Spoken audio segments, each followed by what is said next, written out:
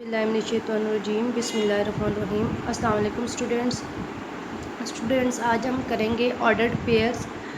Any two numbers, कोई भी दो नंबर्स एक्स एंड वाई। हमने जनरल कोई दो नंबर लिए x and y, written in the form x y, bracket में लिखा जाए और एक्स और वाई के दरमियान जब कॉमा डाला जाता है, ठीक है, is called N ordered pair. उसको हम क्या कहते हैं? ऑर्डर्ड पेयर कहते हैं। जब कोई भी दो नंबर इस फॉर्म में लिखे जाते हैं तो उस फॉर्म को क्या कहते हैं? Ordered pair. In an ordered pair x y, ordered pair x y में the order of number is important, ठीक है। That is x is first coordinate, x को हम क्या कहते हैं? First coordinate, and y is second coordinate. For example 3 2 is different from 2 3, ठीक है।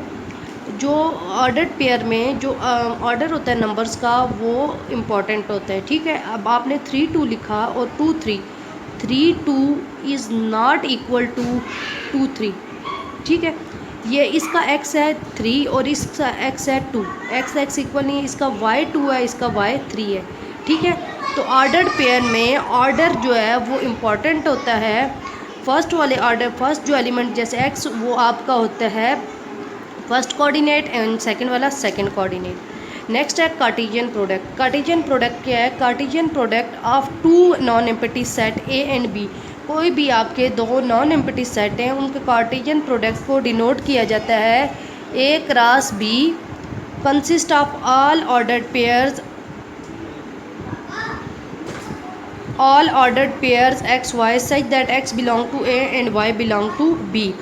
कार्टेशियन प्रोडक्ट क्या होता है? कोई भी दो नॉन एम्प्टी सेट हैं, ठीक है, उन दो नॉन एम्प्टी सेट को जब ए क्रॉस बी में लिखा जाता है, ए क्रॉस बी में वो तमाम सेट होते हैं जो ऑर्डर्ड पेयर में लिखे जाते हैं और उनका जो फर्स्ट एलिमेंट होता है फर्स्ट कोऑर्डिनेट वो ए सेट से बिलोंग करता है और सेकंड कोऑर्डिनेट जो वाई होता है वो बी सेट से बिलोंग करता है। हम करेंगे एक्सरसाइज 5.2, आप 5.4 आपको अच्छे से समझ आ जाएगा। क्वेश्चन नंबर 1 है, if A is equal to a b and B is equal to c d. ये आपके दो नॉन एम्प्टी सेट हैं। Then find A cross B and B cross A. A cross B क्या होगा? आपने इनके elements को ऑर्डर्ड पेयर में लिखना है। पहले आपने ये एलिमेंट लेना है, ये आपका फर्स्ट कोऑर्डिनेट हो गया एक्स, ये आपका क्या जगह ए, एक्स की जगह ए और बी का ये फर्स्ट ए सी और ए डी, ठीक है। पहले वाला एलिमेंट आपने ए का लेके उसके आपने ऑर्डर्ड पेयर बी सेट में जितने एलिमेंट होंगे जो पॉसिबल आपके बन रहे होंगे आपने उनके साथ ऑर्डर्ड पेयर में लिखना है। अब फिर बी एलिमेंट लिया पहले का, बी और सी का ऑर्डर्ड पेयर लिखे और बी और डी का। ये आपका ए क्रॉस बी, ये आपका कार्टेशियन प्रोडक्ट है। अब आपने बी क्रॉस ए फाइंड करना है। पहले बी, जो बी का, अब ये जो बी का एलिमेंट है ये एक्स होगा और ए का एलिमेंट अब आपका वाई बन जाएगा। ये क्या हो जाएगा? सी ए, सी बी, डी ए और डी बी। ये आपके क्या हो गए? Cartesian product. ये आपने इस तरह करने हैं। जब भी आपको कोई भी नॉन एम्प्टी, दो नॉन एम्प्टी सेट दिए जाएंगे आपने उनको इस तरह करना होगा। नेक्स्ट, एक्स वाई अगर इक्वल है एस टी के, कोई भी दो ऑर्डर्ड पेयर अगर इक्वल हैं वो कब होंगे equal? If and only if x is equal to s and y is equal to T.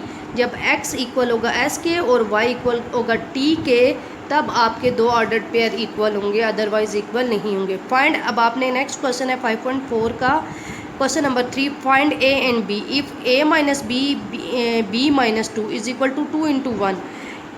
ये दो ऑर्डर्ड पेयर इक्वल हैं, then this implies that a minus 4 is equal to 2 and b minus 2 is equal to 1। तो a minus 4 है, इसको both side पे add कर लें, 4 + 2 6 और माइनस 2 है, बोथ साइड पे ऐड करेंगे 2 + 1 3। नेक्स्ट क्वेश्चन नंबर 4 है, find the set x and y if x cross y। जो कार्टेशियन प्रोडक्ट है वो आपको गिवन है, आपने क्या फाइंड करना है? x और y फाइंड करने हैं, ठीक है। x आपको पता है जो फर्स्ट आपके ये ऑर्डर पेयर में एलिमेंट होता है वो कहाँ से होता है? वो आपका x से होता है। It's mean a b c and d, ये आपका x है और सेकंड वाला जो होता है वो देखिए वो आपका y एलिमेंट y सेट में से होता है। तो सेकंड वाला क्या है? a, तो ये y सेट में x की वैल्यू ही आ गई, y की ही आ गई। नेक्स्ट हमारा टॉपिक है बाइनरी रिलेशन। बाइनरी रिलेशन क्या होता है? If A and B are two non empty set, अगर ए और बी दो नॉन एम्प्टी सेट हैं, then a subset R subset A cross B. Cartesian product के जितने भी सबसेट होते हैं उनको क्या कहते हैं, binary relation from set A into set B, because there exist some relationship between first and second element of each order pair in R. ठीक है, तो आर में जो है बाइनरी रिलेशन को आर से रिप्रेजेंट किया जाता है, और बाइनरी रिलेशन जितने भी कार्टेशियन प्रोडक्ट के सबसेट होते हैं उनका सबसेट को क्या कहते हैं, बाइनरी रिलेशन। फॉर एग्जांपल अगर मैं आपको कहूँ इस क्वेश्चन का बाइनरी रिलेशन लिखें, क्वेश्चन में गिवन नहीं है, मैं एग्जांपल दे रही हूँ, तो आप R1 अगर आप इसके बेशुमार बाइनरी रिलेशन निकाल सकते हैं। तो यहाँ से क्या होगा, ए ये इसका एक बाइनरी रिलेशन आप लिख सकते हैं। R2 जो है जितने भी सबसेट ए और BA, दो एलिमेंट इसके ले लें। ठीक है, ये क्या होंगे, बाइनरी रिलेशन होंगे इसके। ओके, अब नेक्स्ट है हमारा डोमेन ऑफ रिलेशन के। बाइनरी रिलेशन की domain denoted by, domain of relation को किससे डिनोट किया जाता है, डोम आर से।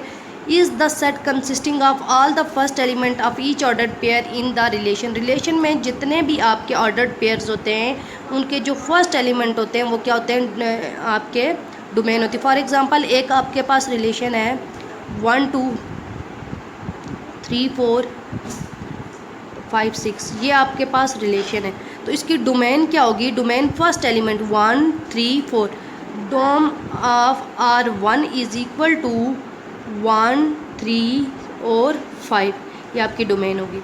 Range of relation denoted by range R is the set consisting of all the second element of each order pair in relation. Relation में जैसे R2, इसकी range क्या होगी, जितने भी सेकेंड एलिमेंट है वो क्या हैं, 2 4 और 6, ये इसकी क्या होगी, रेंज आ जाएगी। ये सपोज मैंने आपको ए और बी, दो सेट दिए हैं from relation A cross B, x R y, x relation y such that y is equal to 2x। X relation y कैसा रिलेशन है, y is equal to 2x, वो तमाम एलिमेंट होंगे जो y is equal to 2x set से आएंगे। जैसे for example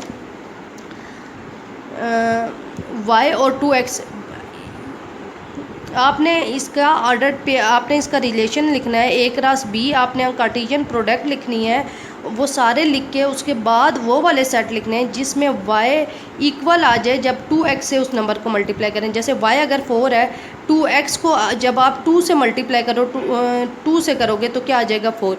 तो ये आपका ऐसा सेट आएगा। उसकी डोमेन क्या होगी, 2 3 4 4 6 8 उसकी रेंज होगी। ठीक है,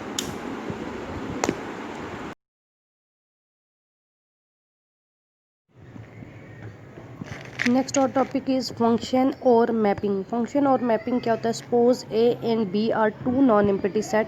अगर ए और बी दो नॉन एम्प्टी सेट हों, then the relation of F, relation जो होगा ए से B is called function. Relation को आप कहोगे function if every x belong to A से जो भी एक्स होगा वो अपीयर हो in one and only one ordered pair in F में, वो ऑर्डर्ड पेयर फंक्शन में, वो ऑर्डर्ड पेयर में सिर्फ एक दफ़ा अपीयर हो।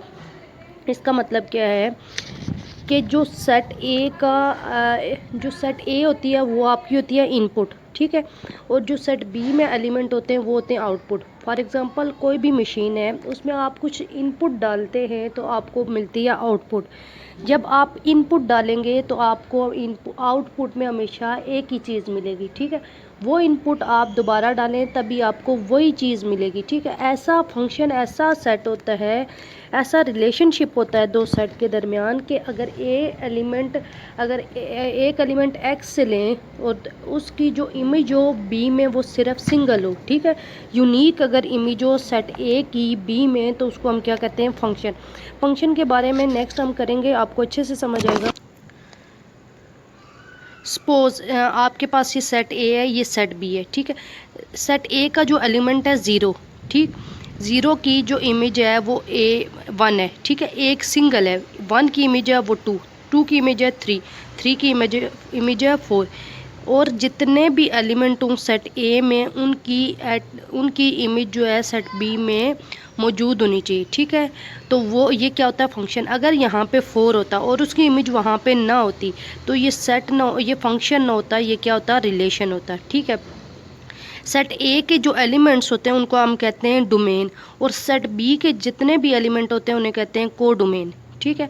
सेट बी के एलिमेंट जो कि इमेज होते हैं सेट ए के, वो होती है रेंज। जैसे 1 0 की इमेज है, 2 जो है वो 1 की इमेज है, 3 जो है वो 2 की इमेज है, 4 जो है वो 3 की इमेज है, ठीक है। तो 1 2 3 4 जो है वो रेंज है। 1 2 3 4 5 जितने भी एलिमेंट्स होंगे वो क्या होंगे, को डोमेन होंगे, ठीक। नेक्स्ट हम करेंगे फंक्शन एंड इट्स टाइप, ठीक। सबसे पहले आपका फंक्शन है इनटू फंक्शन। इनटू फंक्शन क्या है, a function of A B is called an into function, ठीक है। If at least one element in set A, set A में एट लीस्ट वन एलिमेंट हो, if at least one element in set B is not an image of set some element of set A, that is range of F is subset। Simple words में मैं आपको समझाती हूँ। Into function ऐसा होता है कि सेट ए के तमाम एलिमेंट की इमेज बी में मौजूद हो, लेकिन एट लीस्ट सिंगल एलिमेंट हो जो इमेज ना हो सेट ए की, ठीक है। बी में विदाउट इमेज वाला कोई एलिमेंट बचना चाहिए, ठीक है। वो क्या होता है, इनटू फंक्शन। सेट ए की इमेज बी में हो, लेकिन बी में कोई एक ऐसा एलिमेंट हो जो किसी भी एलिमेंट की इमेज ना हो, वो होता है इनटू फंक्शन। नेक्स्ट होता है हमारा 1 1 फंक्शन। 1 1 फंक्शन क्या होता है, जैसे इधर 0 है, 0 की इमेज 1 है, 1 की इमेज भी 1 आ रही है, ठीक है। मतलब दो एलिमेंट्स हैं उनकी इमेज 1 ही आ रही है, सेम आ रही है, तो ये आपका था 1 इनटू फंक्शन। अब 1 1 फंक्शन क्या है कि हर एलिमेंट सेट ए के हर एलिमेंट की इमेज बी में मौजूद हो, लेकिन वो डिफरेंट हो। जैसे 0 है, 0 की इमेज 1 है, 1 की इमेज 2 है, 2 की इमेज 3 है, 3 की इमेज 4 है। मतलब यहाँ पे कोई ऐसा एलिमेंट नहीं है जैसे 3 या कोई भी ऐसा एलिमेंट नहीं है दो इधर के दो एलिमेंट्स और उधर का एक एलिमेंट्स इमेज नहीं होने चाहिए। Different element different images. सिर्फ इसका जो इसकी जो कंडीशन है कि डिफरेंट एलिमेंट और डिफरेंट इमेजेस डिफरेंट होनी चाहिए। एक के कोई एलिमेंट ऐसा ना हो एक के कोई दो एलिमेंट ऐसे ना हो जिनकी एक ही इमेज हो, ठीक। नेक्स्ट है into and 1 1। Next into and 1 1 means के इनटू की भी कंडीशन हो और 1 1 की भी कंडीशन हो। इनटू की कंडीशन क्या थी कि एक एलिमेंट बच जाए, ठीक है, इनटू की। और 1 1 की क्या थी, डिफरेंट एलिमेंट डिफरेंट मैपिंग। ऐसा फंक्शन जिसमें ये दोनों कंडीशन हो, उस फंक्शन को हम कहते हैं इनटू एंड 1 1 या इंजेक्टिव फंक्शन।